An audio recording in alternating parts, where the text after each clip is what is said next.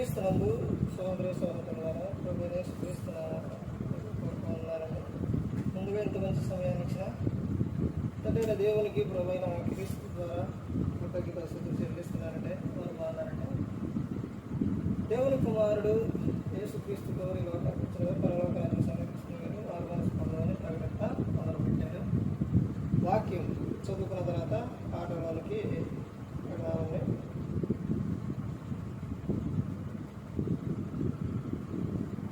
మత్తయి సువార్త 10వ అధ్యాయం 20వ వచనం. మీ తండ్రి ఆత్మ మీలో ఉండి మాట్లాడుతున్నారే కానీ మాట్లాడుతున్నారు మీరు కాదు. ప్రార్థన చేయండి.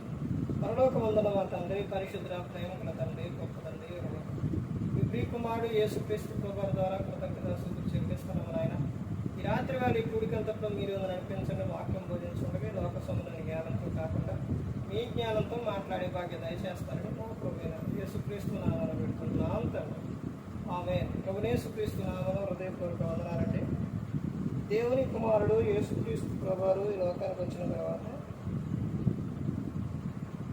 పరలోక రాజ్యం సమీపిస్తుంది కనుక మారు మనసు పొందమని ప్రకటింప మొదలుపెట్టారు. అవశ్యం పాఠం పేరు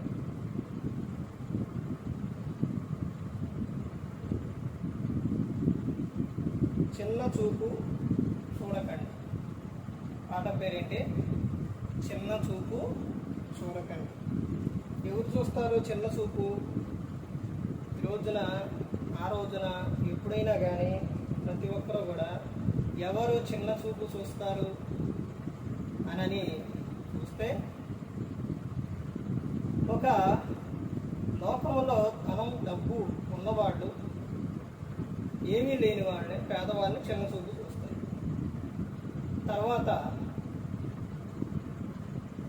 ఎక్కువ స్థాయిలో ఎక్కువగా ఉన్నవారు తక్కువగా ఉన్నవారిని చిన్న చూపు చూస్తారు. ఇదే విషయం అన్ని విషయాల్లో చూస్తారు. ఏ విషయాల్లో చూస్తారు? డబ్బు విషయాల్లో చూస్తారు, అధికార విషయాల్లో చూస్తారు, కులం విషయాల్లో చూస్తారు, అన్ని విషయాల్లో చూస్తారు. చూడండి, అపోస్తల కార్యాలు 10వ అధ్యాయం 28వ వచనంలో కులంపై కులం చూసారండి. ప్రతి ఒక్కటి దేవుడి గ్రంథంలో రాపించారు. ఇది రాపియలేదు అనే విషయం లేదు, అన్నీ చెప్పారు. ప్రతి ఒక్కడే కూడా చెప్పారు. దేనిపైనంట? కులంపై కులం, చిన్న చూపు. కులంపై కులం అంటే మాది ఎక్కువ కులం, మాది ఎక్కువ, మీది తక్కువ అనే విషయాన్ని బట్టి ఏం చేస్తున్నారు? అపోస్తలుల గారు 10:28 ఏం చేస్తున్నారు? చిన్న చూపు చూస్తున్నారు. అలా చూడొద్దనే దేవుడు గ్రంథంలో రాపించాడు. ఎవరైనప్పటికీ ప్రతి ఒక్కరి కూడా ఒక అధికారి ఎవరైనప్పటికీ, లేకపోతే ఒక నాయకుడు, లేకపోతే ఈ లోకంలో ఉన్న ప్రతి ఒక్కరు కూడా ఎవరైతే పోరాడారో, ఎవరైతే చెప్పారో, ఎవరైతే ఏదైతే చేశారో అవన్నీ కూడా ఎక్కడి నుంచి చేశారు చూశారు అని అంటే ఎక్కడి నుంచి? బైబిల్ గ్రంథంలో నుంచి. ఒక వ్యక్తి ఒక దాని మీద పోరాడుతున్నాడు అని అంటే అహింస, లేకపోతే కులం మీద, లేకపోతే ఇంకొక దాని మీద, ఇంకొకటి దేని మీదైనా పోరాడుతున్నారని అంటే అవన్నీ ప్రతి ఒక్కటి కూడా చెబుతూ ఉన్నారంటే ఎక్కడి నుంచి అంటే బైబిల్ గ్రంథం. ఈ చట్టాలు ఎక్కడి నుంచి వచ్చినాయి? ప్రతి ఒక్కటి కూడా ఎక్కడి నుంచి వచ్చినాయి అని అంటే బైబిల్ గ్రంథంలో నుంచే. ప్రతి ఒక్కటి కూడా చూడండి. ఇక్కడ రెండో విషయం, 2 కొరింథీ అపోస్తలుడైన పౌలు గారు 2 కొరింథీయులకు రాసిన పత్రిక 8వ అధ్యాయం 1 నుంచి 5 వచనాలు చూస్తే ఇక్కడ సందర్భం ఏం కనపడుతుందంటే, చదివితే చాలా సమయం అయిపోతుంది, చెబుతున్నాను. ఏం కనపడుతుందంటే సంఘముపై మరో సంఘము చిన్న చూపు. ఎవరంట? సంఘముపై మరో సంఘం చిన్న చూపు. ఒక సంఘం ఉందంటే ఆ సంఘంలో వ్యక్తులు ఉన్నారు, ఇంకొక సంఘంలో ఉన్నవారు పడదు. సంఘముపై మరో సంఘము చిన్న చూపు. అర్థమవుతుందండి. ఈ రోజున చూడండి, కొంతమంది సేవకుల గురించి, అందరి గురించి కాదు కానీ కొంతమంది సేవకులు చూడండి, చిన్న సేవకులు ఉన్నవారు అంటే అప్పుడే వచ్చిన వారు, నేర్చుకుంటున్నవారు, ఈ సీనియర్గా అంటే ముందొచ్చిన సేవకులు వీళ్ళు ఏం చేస్తారనంటే, ఈ చిన్న సేవకులు వాక్యం చెప్పినా, ఏదన్నా ఒక మాట మాట్లాడినా, ప్రార్థన చేసినా, వాక్యము చదివినా, వీటన్నిటిని వివరంగా చెప్పమంటారా? ఒకటి, ప్రార్థన చేసినా తప్పులెత్తుతారు, అలా కాదు అంటారు. దాన్ని వేరే విధంగా ఇంకా చెప్తారు, పబ్లిక్ చెప్తారు. వాక్యం చదివారు అనుకోండి, అలా కాదు చదివేది అని ఇలా పిలిచి, అలా కాదండి ఇలా చదవాలని చెప్పరు, పబ్లిక్ చెప్తారు. తర్వాత వాక్యం చెప్పారనుకోండి, అమ్మో ఎన్ని తప్పులు ఎత్తుకులాడతారో, అది అట్ట ఇది అట్ట అని చెప్తారు. యేసుక్రీస్తు ప్రభువారు శిష్యుని ఎక్కడ గద్దించారు? వాడు తప్పు చేసి అంటే ఏదన్నా ఒకటే అల్లరి, ఏదన్నా ఒక మాట మాట్లాడినా ఏ విషయమైనా ఎక్కడ గద్దించారు?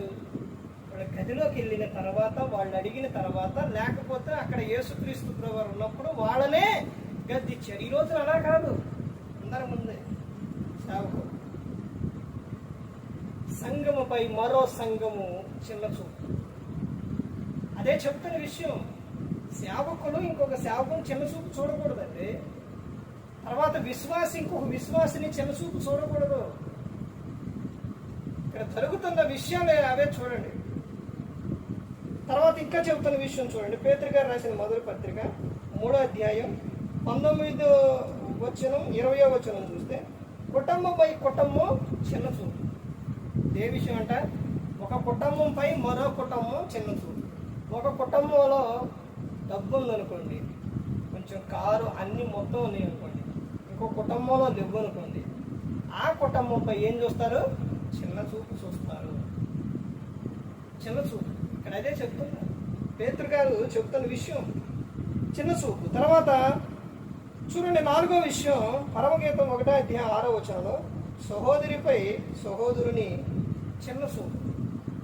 ఇక్కడ కూడా ఇద్దరు సహోదరులున్నా, ఇద్దరు సహోదరులు ఉన్నా, ఎవరున్నా కానీ, ఒక్కళ్ళున్నా కానీ, ఆ ఇద్దరే, ఒక్కళ్ళ మీద కాదు, ఇద్దరు ఉన్నా, ఒకరికి రిచ్గా ఏదన్నా ఉంటే ఒకరికి లేకపోతే ఏం చూస్తారు? వాళ్ళు కూడా చిన్న చూపే చూస్తారు. వాడు మళ్ళీ ఎవరో సొంత వాడు, అక్క చెల్లె, అన్న తమ్ముడే అయినప్పటికీ వాళ్ళ మీద ఒకడికి ఉండి ఒకడికి లేకపోతే, ఈ ఉన్నవాడు లేనివాడు మీద ఏం చూస్తాడు? చిన్న చూపు చూస్తాడు. తర్వాత 5వ విషయం, అపోస్తలుల కార్యాలు 6వ అధ్యాయం 1వ వచనంలో, విధవరాండ్రపై చిన్న చూపు. విధవరాండ్ర వైపే దేవుడు ఉంటాడు, అర్థమవుతుందండి, అది గుర్తు పెట్టుకోవాలి. కానీ విధవరాండ్రు పై చిన్న చూపు, ఎలా పడితే అలా మాట్లాడతాం, ఎదురొస్తే వెనకుండా ఉంటాం, లేకపోతే ఇలాంటి విషయాలన్నీ కూడా. ఇలా మీరు ప్రతి ఒక్క విషయాల్లో ఖచ్చితంగా అపవాది ఎప్పుడు టార్గెట్ చేస్తారు అని అంటే, ప్రార్థన విషయంలోనే టార్గెట్ చేస్తారు.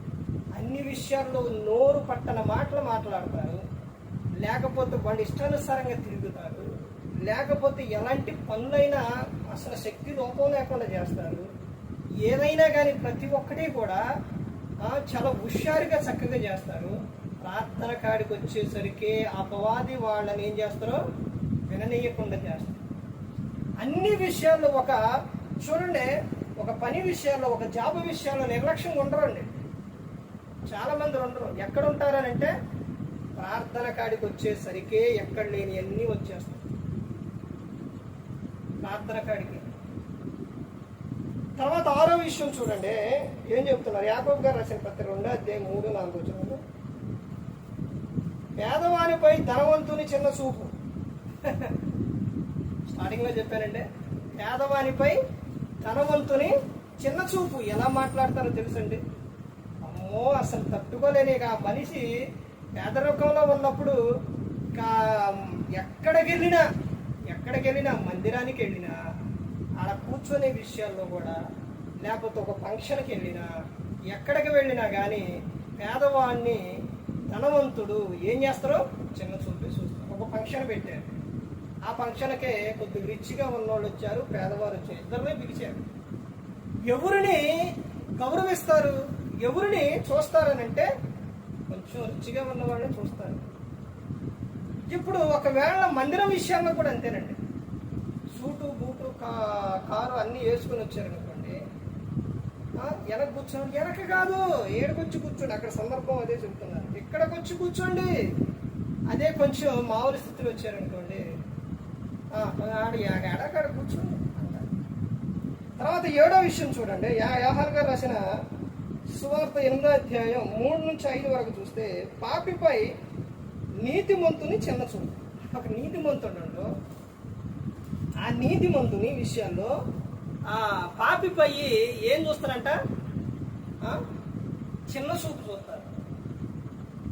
సందర్భం ప్రతి ఒక్కటి బైబిల్ చూడండి. ఎవరైనా ఏదైనా ఒక తప్పు చేశారు అంటే, ఒక అబద్ధం ఆడినా ఏదన్నా ఒక తప్పు చేసినా వాళ్ళు కనుక దొరికారు అని అంటే, ఇలా అన్నారని అంటే వాళ్ళపై ఏం చేస్తారు? చిన్న చూపు. వ్యభిచారంలో పట్టబడిన ఒక స్త్రీని యేసుక్రీస్తు ప్రభువారి దగ్గరకు తీసుకొచ్చారు. తీసుకొచ్చినప్పుడు అక్కడ యేసుక్రీస్తు ప్రభువారిని అడుగుతారు, ఏం చేయమంటావు బోధకుడా, ఏం చేయమంటావు? అప్పుడు యేసుక్రీస్తు ప్రభువారు ఏం చెప్తారండి? మీలో పాపం లేని వారు ఆమె మీద రాయండి. అంటే వీళ్ళందరూ కూడా ఏమనుకున్నారనంటే, ఆమె పాపి, మేమందరం నీతిమంతులు అనుకొని యేసుక్రీస్తు ప్రభువారి దగ్గర తీసుకొచ్చారు. తీసుకొచ్చినప్పుడు యేసుక్రీస్తు ప్రభువారు ఏమన్నారు? మీలో పాపం లేని వారు రాయేయాలి. ఏమైపోయారు అంటే, ఆ మాట అనకపోతే, యేసుక్రీస్తు ప్రభువారు చెప్పకపోతే, ఆ మాట అనుకోకుండా తప్పు చేసిందా వేసి కొట్టి చంపేయండి అంటే కొట్టి చంపే చేసేవాడు. ఏదంటే అది చేసేవాడు. అది వరకు ఏమన్నారో అది మనకు తెలియదు, గ్రంథంలో రాపించాలి, తీసుకొచ్చారు. కానీ చిన్న చూపు. ఇప్పుడు వాళ్ళు నీతిమంతులు వాళ్ళు ఎలా అనుకున్నారు? మాలో ఏమీ లేదులే అనుకున్నారు. మేము నీతిమంతులు అని అనుకున్నారు. వచ్చారు, చెప్పారు. ఒక్కడున్నారా? ఎవరు లేరు. అర్థమైందండి? అంటే ఆమె విషయాలు ఎలా చూశారు? అవి కనుక్కున్నారు, నీతిమంతులు అని అనుకున్నారు. ఒక పాపి విషయాల్లో నీతిమంతుని చిన్న చూపు చూస్తాం. ఒక ఆమె ఎవరైనా తప్పు చేశారన్నా, పురుషుడైనా స్త్రీ అయినా తప్పు చేస్తే ఏం జరుగుతుందో తెలుసండి? చిన్న చూపే చూస్తారు. ఒక పురుషుడైనా స్త్రీ అయినా ఒక తప్పు చేయాలి అని అంటే 100 సార్లు ఆలోచించి అసలు దాని జోలికి వెళ్ళకూడదు. అర్థమవుతుందండి? ఒకసారి కాదు, దాన్ని ఆలోచించి వెళ్ళకూడదు, చేయకూడదు. ఎందుకనంటే ఒక్కసారిగా నా పాపంలో నువ్వు పడితే నీకు మనశ్శాంతి ఉండదు. తర్వాత నిన్ను ఆ విషయం, పాపం అనేది అలా ఉండిపోదు, అలా పాకుతూనే ఉంటుంది. కొరుకుకుంటూ పాకినట్టు పాకుతూనే ఉంటుంది. అలా వెళ్ళిపోతూ ఉంటే నీకు విలువ ఉండదు. అర్థమవుతుందండి? నీ గౌరవం ఉండదు. రేపు పొద్దున ఎవరన్నా ఏదన్నా చేసి నువ్వు చెప్పాలన్నా చెప్పలేవు. అర్థమవుతుందండి? అందుకని పాపానికి దాసులు అవ్వకూడదు, పాపానికి దూరంగా ఉండాలి. ఇక్కడ చెప్తున్న విషయం. ఎన్ని విషయాలు చెప్పారండి? రాసుకోవటం ఏమి ఉండదు, వినటం ఏమి ఉండదు, అసలు ఏమీ ఉండదు. మాకు అసలు ఎందుకు ఈ ప్రార్థనలు? మాకెందుకు అసలు ఈ బాధ అంతా, ఈ గోళ అంతా ఎందుకు? అసలు దేవుని ప్రార్థన మీద కానీ, దేవుని మీద కానీ ఈ రోజున ప్రజలకు సంఘాల్లో కానీ ప్రతి ఒక్క చాట అసలు వినటం కానీ చదవటం కానీ అసలు ఇంట్రెస్ట్ అనేది లేదండి. ఈ రోజున అంతగా ఇదైపోయారు. అంతగా ప్రతి ఒక్కరూ కూడా ఎక్కువ అపవాది ఎరలోకే వెళ్ళిపోతున్నారు. ఎంత నిర్లక్ష్యం అండి! దేవుని నువ్వు ప్రార్థన దగ్గరకు వచ్చినప్పుడు నువ్వెంత హుషారుగా ఉండాలి. అసలు ఏమి బ్రతుకులండి, ఏం బ్రతుకులవి? కొంచెం అన్నా కానీ వినాలనే మనస్సు లేకుండా ఎక్కడ చూసినా అంతేనండి. ఎక్కడ చూసినా, సంఘాల్లో చూసినా, ఏదైనా కోడికల్లో చూసినా, ఎక్కడ చూసినా ఎందుకనంటే పెట్టారుగా వెళ్ళాలి, సేవకుడు ఏమనుకుంటాడో, లేకపోతే అంతే తప్ప ఈ రోజున వాక్యం చెబుతూ ఉంటే వినేవారు కానీ, వాక్యం చెబుతుంటే రాసుకునేవారు కానీ, ఆ వాక్యాన్ని హృదయంలో పెట్టుకొని వాక్యానుసారంగా నడుద్దామని కానీ ఈ రోజున ప్రజలకు లేదండి, చాలా వరకు లేదు. వాక్యాన్ని ఏం చేయాలి? ఒకటే చదవాలి. చదివే వాక్యం నువ్వు ఒక్క వాక్యం వల్ల చెప్పిన ఒక్క రెఫరెన్స్లో ఒక్క వాక్యం వల్ల చదివారా? చదవరా. వాక్యాన్ని ఏం చేయాలి? ధ్యానించాలి. అసలు చెప్పేది వాక్యాను సారమేనా, లేకపోతే తర్వాత నేను దీన్ని ధ్యానించాలి, ఇదిగో నా మనసులో పెట్టుకోవాలని ఉందా? లేదు. వాక్యాన్ని పరిశోధించాలి. చెబుతుంటే ఒక రెఫరెన్స్ చెబుతూ ఉంటే ఇది వాక్యానుసారమేనా అని చూస్తూ ఉందా? పరిశోధించడం లేదు. మరి ఎందుకు ప్రార్థనలో? ఏదో అంతే. 7 విషయాలు చెప్పానండి. 7 విషయాలు చెప్పాను. ఈ 7 విషయాలు నువ్వు రాసుకుంటే ఎప్పుడైనా కానీ నువ్వు చూసినప్పుడు, బుక్లో అలా చూసినప్పుడు అవి నీకు గుర్తు వస్తాయి. లేకపోతే నీ మనసులో నువ్వు దాన్ని తర్వాత వాక్యంలో నువ్వు చూసుకున్నా కానీ అవి నీకు ఉపయోగపడవు. కానీ మనం ఏమీ చెయ్యం. 7 విషయాలు చిన్న చూపు చూడకండి అనే అంశం మీద 7 విషయాలు ఏంటి? ఒకటి, కులం చిన్న చూపు, సంఘంపై మరో సంఘం చిన్న చూపు, కుటుంబంపై కుటుంబం చిన్న చూపు, సహోదరిపై సహోదరుని చిన్న చూపు, విధవరాండ్రిపై చిన్న చూపు, పేదవానిపై ధనవంతుని చిన్న చూపు, పాపిపై నీతిమంతుని చిన్న చూపు. వీటికి ప్రతి ఒక్కటి కూడా రెఫరెన్సులు కూడా ఉంటాయి.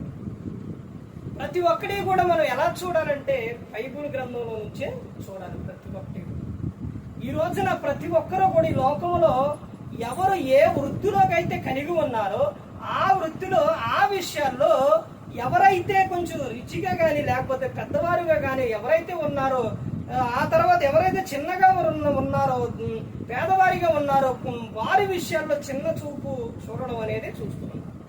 అందుకని బైబుల్ ఏం చెప్తుందంటే చిన్న చూపు చూడకండి. దేవుడు ధనవంతుల్ని ప్రేమిస్తున్నారు, పేదవారిని ప్రేమిస్తున్నారు, అందరినీ ప్రేమిస్తున్నారు. దేవుని విషయాల్లో దేవుడు పక్షపాతి కానే కాడు. అర్థమవుతుందండి? అందరి మీద వర్షం కురుస్తుంది, అందరికీ వర్షం వస్తుంది, అందరి మీద వెలుతురు వస్తుంది, అందరికీ పగలు వస్తుంది, అందరికీ చీకటి వస్తుంది.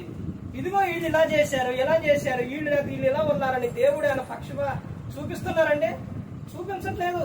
అందరినీ ప్రేమిస్తున్నారు. కానీ ఒక వ్యక్తి మారాలి అని, పరిశుద్ధుడిగా ఉండాలని, పరలోకం చేరాలని యేసుక్రీస్తు ప్రభువు కోరుకున్నారు. ప్రతి ఒక్కరూ కూడా పరలోకం చేరాలనే యేసుక్రీస్తు ప్రభువు ఈ లోకానికి వచ్చి మనందరి కోసం శిలువలో తన ప్రాణాన్ని పెట్టి దేవుడు అందరినీ ప్రేమిస్తున్నాడు. కానీ నువ్వు మారితే, నువ్వు మార్పు చెందితే అది ఆనందం అండి. నువ్వు మారు మనసు పొందితే, నీతిమంతుడు మారు మనసు పొందిన, ఒక పాపి మారు మనసు పొందిన పరలోకమందు దేవుని ఎదుట, దూతల ఎదుట సంతోషం అండి. అదే దేవుడు కోరుకుంటాడు. నిన్ను ఎప్పుడు విడిచిపెట్టలేదే, ఏ సందర్భంలో నిన్ను విడిచిపెట్టలేదండి. ఎప్పుడు విడిచిపెట్టలేదు. ఎప్పుడు నిన్ను పట్టుకునే ఉన్నారు, ఎప్పుడు నిన్ను కాపాడుకుని ఉన్నారు, ఎప్పుడు నిన్ను ప్రేమిస్తూనే. కానీ నువ్వే ఏం చేస్తున్నావు? మీరు ఏం చేస్తున్నారు? ప్రతి ఒక్కరు కూడా ఆయనకు దూరంగా వెళ్ళిపోతున్నారు. అలా ఉండకూడదండి. దేవుడు నిన్ను ప్రేమిస్తున్నారు, కరుణిస్తున్నారు, కాపాడుతున్నారు. ఆయన దగ్గర ఉండి ఆయన హత్తుకొని మనం ఏదైనా కానీ అడగాలి. అందుకని ప్రతి ఒక్కరూ గమనించుకోవాలండి. మరి ఈ విధంగా నిలబెట్టి మాట్లాడించిన తండ్రైన దేవునికి కృతజ్ఞతాస్తుతులు చెల్లిస్తూ, ఎంతవరకు శ్రద్ధగా ఉన్న మీకు ప్రభు పెట్టిన హృదయపూర్వకంగా చెల్లిస్తూ మాటలు ముగిస్తాను. అందరికీ